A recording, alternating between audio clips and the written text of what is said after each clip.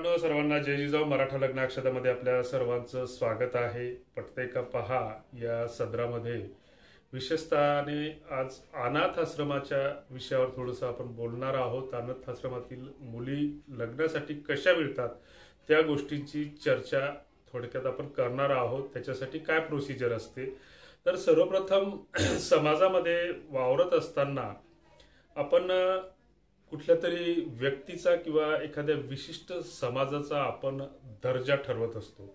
मग तो ठरवण्याचा आपल्याला नैतिक अधिकार आहे नाही ही गोष्ट नंतरची आहे, परंतु कुणाचा तरी आपण दर्जा ठरवत असतो. म्हणजे हलका, भारी, तुच्छ, हलकट इत्यादी अंगाने आपण त्याचा दर्जा ठरवत असतो. म्हणजे आपण जर मराठा जातींचं जर नुसतं उदाहरण घेतलं तर मराठ्यांमध्ये जवळपास 100च्या आसपास उपजाती आहेत.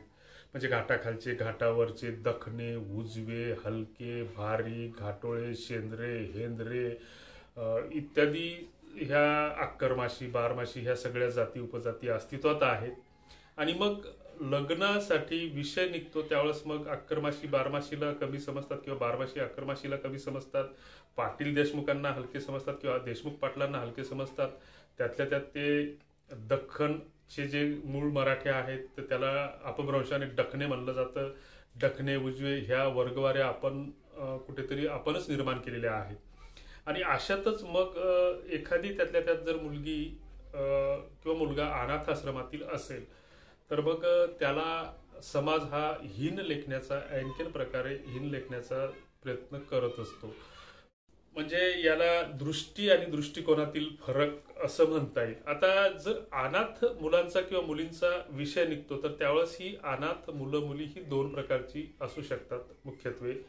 म्हणजे आता एखाद्या अपघातामध्ये एखाद्या मुलाचे, लहान बाळाचे आई वडील कुटुंब गेलं, नातेवाईक त्याला स्वीकारायला तयार नाहीत, मग अशा वेळेस त्याला कुणाचा आधार नसतो. आणि मग एखाद्या अनाथ आश्रमाने किंवा एखाद्या आश्रमाने किंवा एखाद्या बाल संगोपन गृहाने त्याला जर आधार दिला, आसरा दिला तर वास्तविक ते खूप मोठं पुण्यक्रम आहे. 33 कोटी देवापेक्षाही त्या लोकांना आपण श्रेष्ठ मानलं पाहिजे. तुकाराम महाराज म्हणूनच गेले, जे का रंजले गांजले. तर या विषयानं ते झाले नैसर्गिक अनाथ. दुसरीकडे मानवनिर्मित अनाथ म्हणता येईल. म्हणजे तुम्ही आम्हीच कुठेतरी 15-20 वर्षापूर्वी आपलीच मुलं बाळं आपण कुठेतरी रस्त्यावर बेवारच सोडली आणि मग त्या अनाथ आश्रमांनी त्यांना सांभाळ केला. मात्र आता परिस्थिती बदलत असते. आपण जे प्रकारची गुंतवणूक करत असतो त्याप्रमाणे आपल्याला तिचा परतावा किंवा व्याज मिळत असतं. हे निसर्ग चक्र आहे. पृथ्वी गोल आहे. जे पेराल तेच उगवत असतं. 20 वर्षाच्या आधी आपण जे पेरून ठेवलं आता ते उगवत आहे. आणि त्याचमुळं लग्न जुळत नाहीत आणि त्याच्यामुळे लग्न जुळत नाहीत म्हणून आपण फक्त एकमेकांना दोष देण्यात धन्यता मानतो. मुलीचे पालक भाव खातात, मुली भाव खातात. मात्र या गोष्टीला पूर्णपणे आपणच कुठेतरी जबाबदार आहोत. ही गोष्ट आपण स्वीकारायला तयार नाही. आता ह्या 20 वर्षापूर्वी आपणच तुम्ही आम्हीच अनाथ केलेल्या किंवा आपल्या समाजानं अनाथ केलेल्या हे मुलं मुली आता त्याला स्वीकारण्यासाठी तुम्ही आम्ही लाईन लावून आहोत. म्हणजे आम्हाला अनाथ आश्रमाच्या संबंधाने दिवसभरात दररोज 5 ते 10 सरासरी फोन येतात की तुमचा अनाथ आश्रम कुठे आहे, तुमचा अनाथ आश्रम बुलढाण्याला आहे का, अमक्या ठिकाणी आहे का, किंवा तुमच्याकडे मुली आहेत का, गरीब घरच्या मुली आहेत का. तर ह्या असे फोन आम्हाला येत असतात. एक दुसरीकडे साधारणतः 10-11 वर्षापूर्वी एक अनाथ आश्रमातील एका मुलीचा स्वीकार झाला. म्हणजे एका उच्चभ्रू कुटुंबातील व्यक्तीनं त्या मुलीचा स्वीकार केला. तिचं थाटामाटात लग्न झालं आणि सगळ्या प्रिंट मीडियासह इलेक्ट्रॉनिक मीडियावर त्या बातम्या प्रसिद्ध झाल्या. आणि मग एक अनाथ आश्रमातील मुलींकडे पाहण्याचा जो काही दृष्टिकोन होता किंवा जी दृष्टी होती किंवा समाजाची जी काही नजर होती त्यांच्याकडे पाहण्याची किंवा त्यांना हलकी किंवा कमी लेखण्याची जी काही दृष्टी होती तर त्यांना समाजामध्ये एक प्रकारची त्या घटनेमुळे प्रतिष्ठा मिळाली. ही घटना आहे 2013 मधली. आणि मग त्यानंतर मुलींची टंचाई जाणवत लागल्यानं बरेच मुलं ह्या अनाथ आश्रमातील मुलींना स्वीकार करण्यासाठी पुढे येऊ लागले. आणि मग अशा स्थितीमध्ये कुठल्याही अनाथ आश्रमातील मुलीचा ज्यावेळेस लग्न करायचं ठरतं तर त्यावेळेस पहिल्यांदा लक्षात घ्या की महाराष्ट्रामध्ये अनाथ आश्रमांची संख्या ही फक्त बोटावर मोजण्या इतकी आहे. आणि सर्वच अनाथ आश्रमाकडे ही कंडिशन आहे की त्यांच्याकडे सध्या तरी मुली नाही आहेत लग्नासाठी.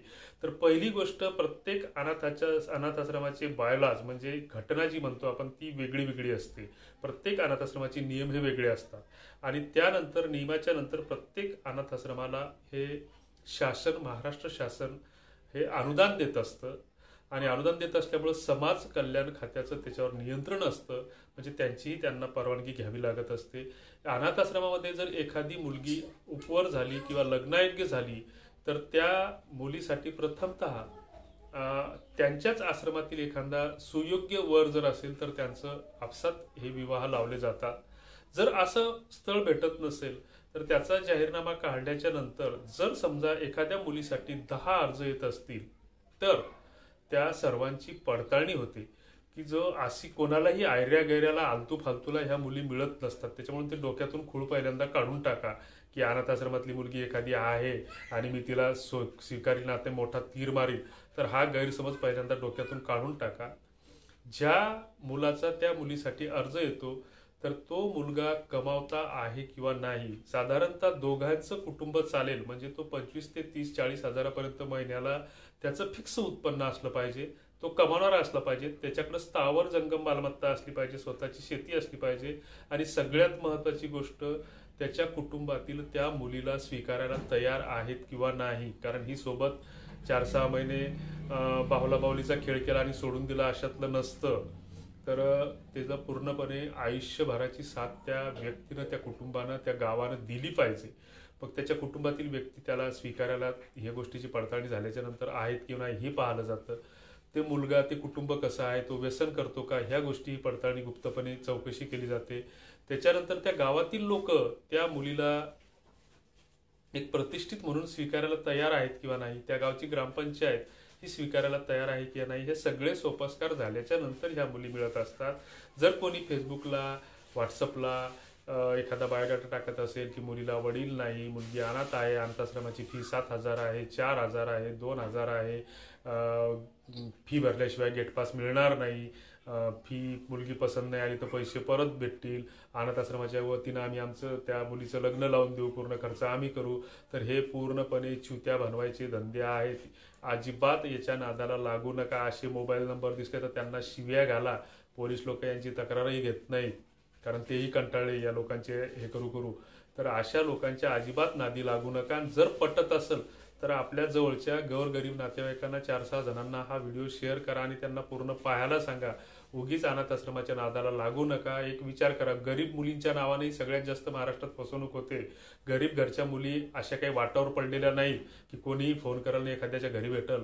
अरे साधा विचार करा ना की एवढं येड्यासारखं तुम्ही गरीब मुलीच्या नेहमी व्हॉट्सअप ग्रुपवर त्याच्यावर चौकशा करताय की आपण महाराष्ट्रातले सगळ्यात गरीब व्यक्ती आहे आणि आपल्या घरात गरीबाची एखादी मुलगी आहे, आपण आपलीच मुलगी आहे, तर आपण अशी कुणालाही फोन कॉल्सवर किंवा कोणालाही देऊ का? तर ह्या विचार आपण केला पाहिजे.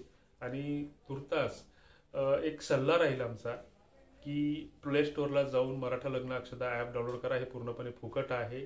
त्याच्यावर तुमच्या विभागाचे, तुमच्या जिल्ह्याचे व्हॉट्सअप ग्रुप दिसतील ते जॉईन करा आणि तुमच्या ग्रुपचे आम्ही तुम्हाला ॲडमिन बनवू, तुमच्या जिल्ह्याच्या ग्रुपचे, आणि तुमच्या जवळचे नातेवाईक वगैरे सोयरेधारे त्याच्यात ॲड करा. आपोआप बायोडाटे येतील, आपोआप लग्न जुळतील. अशा आम्ही 400-500 लग्न जुळवले. उगीच्या दलालाच्या, विवाह संस्थेच्या, आमच्यासारख्याच्या नादाला लागू नका आणि स्वतःचा आणि आमच्यासारख्याचा वेळ खराब करू नका. आणि तुम्हाला लय जर शोक आला असेल पैसे घालायचा तर गल्लोगल्ली खूप साऱ्या विवाह संस्था आहेत, भरपूर सारे दलाल आहेत, बिनधास्तपणे त्यांच्या संपर्कात जा. आमचं काही म्हणणं नाही. फक्त धन्यवाद. जय जय.